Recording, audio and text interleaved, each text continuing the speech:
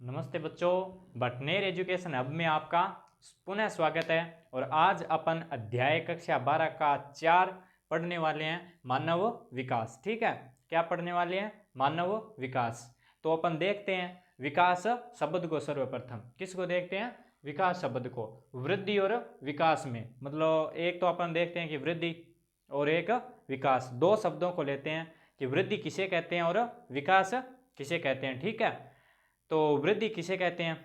अगर जनसंख्या है तो उसकी संख्याओं में लोगों की बढ़ जाना वृद्धि। तो क्या विकास भी उसी को कहते हैं? नहीं, विकास उसको नहीं कहते। वृद्धि क्या दर्शाती है? अपन को समय के साथ परिवर्तन को दर्शाती है, यानी इस समय में इतने लोग और ज़्यादा जुड़ गए। और विकास क्या दर्शाता है कि इन सुविधाओं की और इतनी सुविधाएं और बढ़ गई। तो ये क्या, दोनों ही क्या दर्शाते हैं? अपन को समय के साथ परिवर्तन को दर्शाते हैं। तो इनकी समानता क्या है? समय के साथ परिवर्तन। तो अपन इनके समानता में लिख देते हैं समय के साथ परिवर्तन।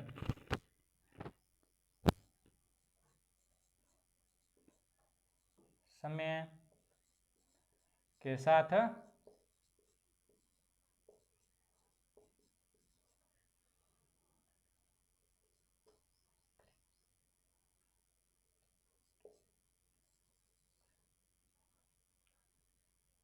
परिवर्तन। समय के साथ क्या दर्शाता है? ये परिवर्तन को दर्शाता है। ठीक है, और इनमें अंतर क्या है? तो भाई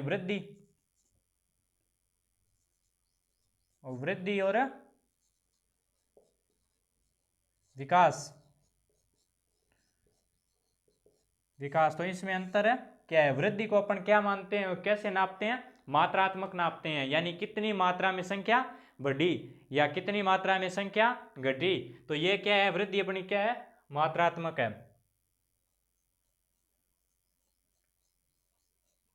मात्रात्मक है। और विकास को क्या अपन संख्याओं में मापते हैं कि कितना बढ़ा? तो विकास को तो अपन वैसे नहीं मापते। विकास को अपन कैसे मापते हैं? गुणों के आधार पर मापते हैं, यानी और कितने गुण विकसित हुए। ठीक है, और कितनी सुविधाएं उसमें अच्छी सुविधाएं बढ़ी, मतलब उन सुविधाओं में और कितना विकास हुआ, यानी कितना उनमें गुणात्मक परिवर्तन आया। तो विकास को अपन किस में मापते हैं? गुणात्मकता में। तो ये मात्रात्मक है और ये गुणात्मक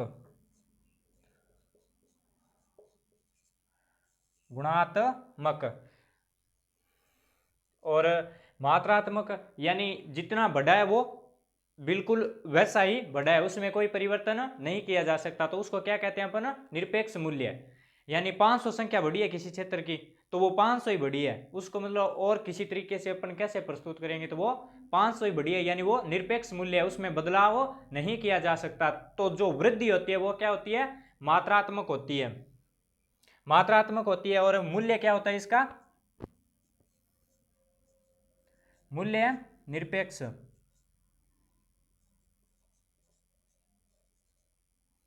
मूल्य होता है इसका निरपेक्ष। और ये जो गुणात्मक होता है, यानी इसमें क्या आता है? गुणों में परिवर्तन आता है, यानी उसमें कितने और गुण बढ़े या कितने गुण और मतलब किस किस तरह के गुण विकसित हुए। तो इसमें कुछ नेगेटिव गुण भी विकसित हो सकते हैं और पॉजिटिव गुण भी विकसित हो सकते हैं, साथ साथ दोनों ही चलते हैं। तो उसको अपन क्या कहते हैं? मूल्य सापेक्ष। यानी जो परिवर्तन हुए है वो जरूरी नहीं है एक जैसे ही हो, वो कम, यानी वो तो सीख ही रहा है व्यक्ति। तो वो कैसे गुण विकसित होते हैं, तो उसको अपन किस में मापते हैं? ये तो मूल्य निरपेक्ष होता है, तो इनको गुणात्मकता पे मापते हैं, तो इनका मूल्य क्या होता है? सापेक्ष। मूल्य सापेक्ष। और इस मात्रात्मकता को किस में नापा जा सकता है? ये घट भी सकती है और बढ़ भी सकते हैं, लेकिन क्या गुण घट सकते हैं? नहीं, जो अपन सीख गए वो तो सीख गए, जो अपने अंदर गुण विकसित हो गए वो तो हो गए, अब वो घटेंगे तो नहीं, लेकिन वृद्धि हो सकती है। ठीक है, तो इसको क्या मापते हैं? या तो ये धनात्मक में होगा, यानी या तो ये प्लस में होगा या ये माइनस में होगा। ये दोनों में ही हो सकता है, लेकिन क्या ये दोनों में हो सकता है? तो ये दोनों में नहीं हो सकता। तो ये क्या होता है? ये केवल बढ़ेगा, यानी ये केवल धनात्मक परिवर्तन ही होता है। ठीक है, ये क्या होता है इसमें? केवल धनात्मक परिवर्तन ही होता है। तो ठीक है, अब आपको अंतर इसमें समझ में आ गया होगा कि वृद्धि किसे कहते हैं और विकास किसे कहते हैं। वृद्धि मात्रात्मक होती है, मूल्य निरपेक्ष होता है और प्लस और माइनस यानी धनात्मक और ऋणात्मक दोनों में हो सकती है। और विकास किसे कहते हैं, ये गुणात्मक होता है, मूल्य सापेक्ष होता है और ये केवल धनात्मकता यानी धनात्मक ही रहता है। ठीक है, इसके बाद अपन देखते हैं कि पहले जो है वो विकास किसको माना जाता था, तो जिसके पास जितनी आर्थिक स्थिति अच्छी है उसी को क्या कहा जाता था, पहले विकास का दायरा मान लिया जाता था, यानी जिसकी जितनी आर्थिक स्थिति बढ़ी है वो उतना ही विकसित है। तो पुराने समय में विकास का मापन आर्थिक स्तर से किया जाता था, किससे, आर्थिक स्तर से, यानी कि जो जितना अधिक मतलब पैसे वाला है वो उतना ही अधिक विकसित है। ठीक है, ऐसा मापन माना जाता था। लेकिन क्या हुआ, लोगों की आर्थिक स्थिति तो बढ़िया होती है, लेकिन क्या उस आर्थिक स्थिति से उनके जीवन में परिवर्तन आ पाता है, उनकी खुशी में परिवर्तन आ पाता है, क्या वो बढ़िया मीनिंगफुल लाइफ जी पाते हैं। और ऐसा भी हो सकता है कि किसी देश में, देश की आर्थिक स्थिति अच्छी होने में कुछ ही लोगों का योगदान भी तो हो सकता है, यानी कुछ लोगों के पास पैसा हो ऐसा भी तो हो सकता है और कुछ लोगों के पास पैसा ना हो ऐसा भी तो हो सकता है। तो क्या आर्थिक स्तर के आधार पर किसी देश के विकास को मापना उचित है, लेकिन पहले माना जाता था, अब यह नहीं है। अब इसके लिए नए विचार आ गए हैं। सार्थक जीवन के रूप में आर्थिक स्तर से विकास को मापना, अकेले आर्थिक स्तर से विकास को मापना उचित नहीं है। और 1980 और 1990 के दशक में इसके बारे में क्या आ गए, नए विचारों का उद्भव हो गया। तो वो नए विचार आए, उनको क्या कहते हैं, मानव विकास की नई अवधारणा आ गई। कब आई, ये 1990 के दशक में। कब किया, ये 1990 के दशक की। और इस मानव विकास की अवधारणा के जनक कौन है, अपने महबूब उल हक। कौन है, महबूब उल हक। और एक इनके सहयोगी अपने भारतीय, ये दोनों ही एशिया महाद्वीप के हैं। और ये अमर्त्य सेन भारतीय है और महबूब उल हक ये क्या है, पाकिस्तानी है। ठीक है, मानव विकास की अवधारणा, और मानव विकास की अवधारणा करती क्या है, तो लोगों के जीवन में सुधार लाने के लिए आर्थिक स्तर से, तो अकेले आर्थिक स्तर से तो लोगों के जीवन में कोई ज्यादा सुधार आया नहीं, तो और लोगों के जीवन में सुधार ज्यादा लाने के लिए क्या हुई, मानव विकास की अवधारणा आई। और इसका उद्देश्य क्या था, लोगों के विकल्पों में वृद्धि और स्वतंत्रता में वृद्धि करना। लोगों के विकल्पों में वृद्धि हो, ये कौन कहते हैं, अपने महबूब उल हक। और अमर्त्य सेन क्या कहते हैं कि स्वतंत्रता में वृद्धि हो। ठीक है, और इस अवधारणा के अनुसार विकास का उद्देश्य क्या है, ऐसी परिस्थितियों का उत्पन्न करना जिनसे लोग सार्थक जीवन बिता सके, यानी सार्थक जीवन वो जी सके।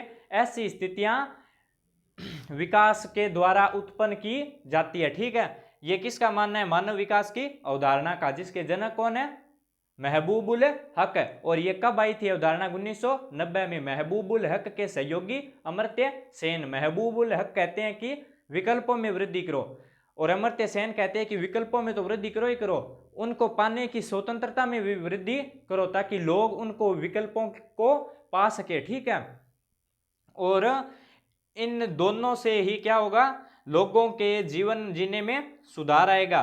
और उसका उद्देश्य क्या होगा कि लोगों के लिए ऐसी परिस्थितियां उत्पन्न करना जिनसे क्या कर सके, वो एक सार्थक जीवन जी सके। ठीक है, और सार्थक जीवन का मतलब क्या है, स्व लंबी आयु के साथ उद्देश्यपूर्ण जीवन, यानी स्वस्थ रहते हुए किसी उद्देश्य के साथ जीवन जीना, यानी लंबी आयु के साथ उद्देश्यपूर्ण जीवन जीना। तो इसके लिए इन्होंने क्या माना कि मानव विकास के कुछ महत्वपूर्ण पक्ष भी है जिनसे ये दोनों को प्राप्त किया जा सकता है। ठीक है, तो उसमें क्या है, शिक्षा, फिर 2 नंबर पे क्या है, स्वास्थ्य और संसाधनों तक पहुंच, यानी क्रय शक्ति, यानी आर्थिक स्थिति। तो ये जब तीनों होंगे अपने पास अच्छी तरह से, ये तीनों होंगे तो अपन क्या कर लेंगे, मानव में क्षमताओं का निर्माण होगा। अगर उसके पास शिक्षा होगी तो उसके अंदर क्या होगा, क्षमताओं का निर्माण होगा, और उसमें क्या होगी, उसके विकल्पों में क्या होगी, वृद्धि होगी। ठीक है, उसके विकल्पों में वृद्धि होगी। स्वतंत्रता से विकल्पों का क्या कर सकेगा, वो चुनाव कर सकेगा।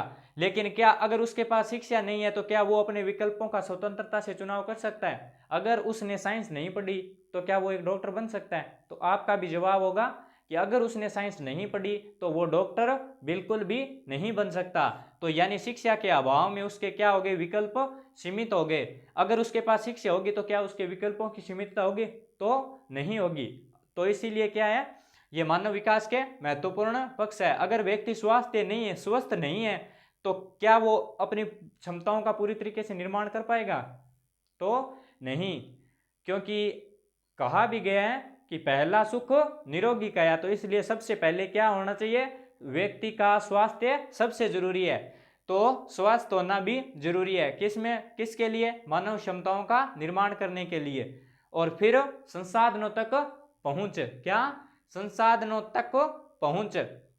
इससे क्या होगा, जब अपने पास संसाधनों तक पहुंच होगी तो अपन क्या कर सकेंगे, अगर कभी बीमार पड़ेंगे तो अपन क्या कर सकेंगे, बढ़िया सुविधाएं, चिकित्सा सुविधाएं ले सकेंगे।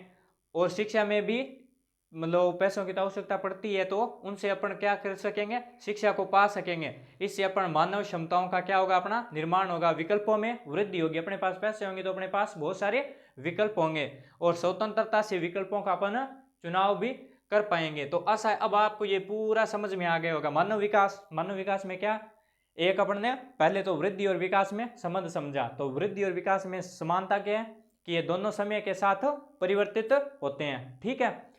परिवर्तनशीलता का इनमें गुण पाया जाता है। और इनमें क्या थी, असमानता, यानी इनमें अंतर क्या क्या थे। तो वृद्धि होती है वो क्या होती है, मात्रात्मक होती है, मूल्य निरपेक्ष होती है, और ये प्लस और माइनस यानी धनात्मक और ऋणात्मक दोनों में प्रदर्शित की जा सकती है, ठीक है। लेकिन विकास क्या होता है, मूल्य क्या होता है इसका, सापेक्ष। और वैसे क्या होता है, ये गुणात्मक न कि मात्रात्मक। और ये केवल बढ़ता ही है, घटता नहीं है, यानी ये हमेशा इसमें धनात्मक परिवर्तन होगा। अगर मैं आपको एक उदाहरण दूं कि एक गांव है, उसकी क्या हो गई आर्थिक स्थिति, यानी उसकी आय है वो बढ़ के क्या होगी, जनसंख्या मानो उसकी क्या होगी, जनसंख्या 1 लाख से 2 लाख हो गई या 2 लाख से 4 लाख हो गई। तो आप क्या कहोगे कि उसमें वृद्धि तो हो गई, लेकिन अगर उसमें स्वास्थ्य, चिकित्सा वगैरह, शिक्षा, क्रय शक्ति, इन सभी चीजों में अगर उसमें परिवर्तन नहीं हुआ, वैसे ही पड़े हैं, तो क्या आप कहोगे कि विकास हुआ है? तो अगर समान स्थिति पड़ी है, यानी शिक्षा की, स्वास्थ्य की स्थितियां वैसे ही पड़ी है और लोगों के मूलभूत आवश्यकताओं की अगर पूर्ति वो नहीं कर पा रहा है, तो वो क्या हुई है, केवल वृद्धि हुई है, न कि विकास। अगर वृद्धि के साथ साथ लोगों की न्यूनतम आवश्यकता पूर्ति, यानी उसकी आवश्यकताओं को पूर्ति करने वाले संसाधनों की अगर वो वहां प्राप्ति भी बढ़ जाती है, यानी पूरी तरह से वहां संसाधनों की प्राप्ति होती है, अच्छी शिक्षा, चिकित्सा सुविधा और शिक्षा सुविधा होती है, तो क्या होता है, उसमें विकास भी साथ साथ होता है, वृद्धि के साथ विकास भी होता है। लेकिन क्या वृद्धि होती है वहां विकास का होना जरूरी है? तो नहीं, क्योंकि उस गांव में नहीं हुआ। अभी अपन ने एक उदाहरण लेके देखा था, ठीक है। फिर उसके बाद प्रारंभ में क्या है, प्रारंभ में क्या माना जाता था कि जिसके पास जितना ज्यादा रुपया है वो उतना ज्यादा विकसित है, यानी उसका उतना ही ज्यादा विकास हुआ है। लेकिन क्या पैसे, कागजों से मानव में शांति आ सकती है? क्या उसके माइंड का विकास हो सकता है? तो केवल आर्थिक प्रगति से मानव में खुशी नहीं आ सकती। तो इसके लिए आगे चल के क्या हुए, अन्य और विकल्पों की ओर देखा गया कि ये अकेला स्तर से मानव विकास को नहीं मापा जाना चाहिए। तो उसके बाद क्या आती है, मानव विकास की अवधारणा आती है, ठीक है। नए विचारों का जन्म होता है, उससे मानव विकास की अवधारणा आती है। और मानव विकास की अवधारणा के जनक कौन है, महबूबुल हक, जो कब दी उन्होंने 1990 में दी। और उनके एक सहयोगी अमर्त्य सेन। महबूबुल हक का क्या कहना है कि विकल्पों में वृद्धि करो, जिससे क्या होगा, लोगों के जीवन में सुधार लाने में ये सहायक होंगे। और अमर्त्य सेन जी क्या कहते हैं कि विकल्पों में वृद्धि तो करो, लेकिन उसके साथ साथ क्या करो, स्वतंत्रता में भी वृद्धि करो, जिनसे जीवन में और ज्यादा सुधार होगा। इससे क्या होगा, विकास का उद्देश्य है। वो क्या होगा, इनसे पूरा हो जाएगा। ऐसी परिस्थितियां उत्पन्न करना जिनसे सार्थक जीवन जिया जा सके, यानी जब ये होगा तो ऐसी परिस्थितियां उत्पन्न हो जाएगी जिनसे सार्थक जीवन जिया जा सके। और सार्थक जीवन किसे कहा गया है, तो वो है लंबी आयु के साथ उद्देश्यपूर्ण जीवन जीना। तो ठीक है, तो इन चीजों को अपना ऐसा जीवन हो, सार्थक जीवन करने के लिए अपने पास क्या होने चाहिए, महत्वपूर्ण पक्ष, यानी ये सुविधाएं अपने पास होनी चाहिए, तभी अपन क्या कर पाएंगे, सार्थक जीवन जी पाएंगे। तो उसमें क्या है, शिक्षा, स्वास्थ्य और संसाधनों तक पहुंच। क्या है उसमें, शिक्षा, स्वास्थ्य और संसाधनों तक पहुंच। और इन ये अगर अपने पास होंगे तो क्या होगे, क्षमताओं का अपन निर्माण कर लेंगे, विकल्पों में अपने क्या होगी, वृद्धि हो जाएगी। यानी अपने पास शिक्षा है विभिन्न प्रकार की, तो अपने विकल्प क्या है, उसमें वृद्धि हो जाएगी, अपन कई काम कर सकते हैं। ठीक है, और स्वतंत्रता से अपन क्या कर सकेंगे, उन विकल्पों का चुनाव कर सकेंगे। उम्मीद है पूरा ये आपको समझ में आ गया होगा। तो क्या मैं ये ब्लैक वाले केवल छोड़ दूं और ये नीले वाले जो भी है पूरे मिटा दूं, तो क्या आप वापस इसको लिख दोगे? आपने नोट्स तो एक बार तो बना ही लिए होंगे, आप ऐसे ही प्रैक्टिस किया करो। मतलब ये लिखे हुए हैं, ठीक है, ये अपन ने लिख दिए, तो अब ये नीचे का अपन ने जो भी लिखा है, ये बात की है, वो क्या करो, आप रफ कॉपी में लिखने की प्रैक्टिस किया करो, जिससे आपको याद करने की तो आवश्यकता पड़ेगी नहीं, क्योंकि आपको याद नहीं करना, बातें सुन ली, वो लिखोगे तो आपको किताब अपने आप याद हो जाएगी। ठीक है, अब वीडियो बंद करते ही आपको क्या करना है, ये पूरा का पूरा एक बार लिख के देखना है कि क्या अपन लिख पाते हैं।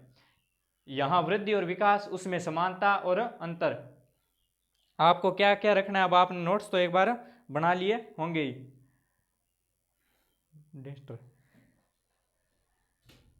बना लिए होंगे ही। आपको क्या करना है, ये जो भी है ना, इतना ये ब्लैक वाले है ना, ये हेडलाइन है, ये रफ कॉपी में लिखनी है, और इसके नीचे का जो जितना भी विवरण है वो क्या करना है, आपको पूरा अपने हाथ से बिना देखे और बिना किताब से देखे क्या करना है, लिखना है। और फिर आप कितना लिख पाते हो, उसके बाद एक बार वीडियो को वापस चलाना और फिर देखना आप कितना लिख पाए। मुझे पूरी उम्मीद है कि आप कितना लिख दोगे, 70 से 80% निपटा लोगे। ठीक है, अब क्या क्या करना आपको, इतना रखना आपको। ठीक है,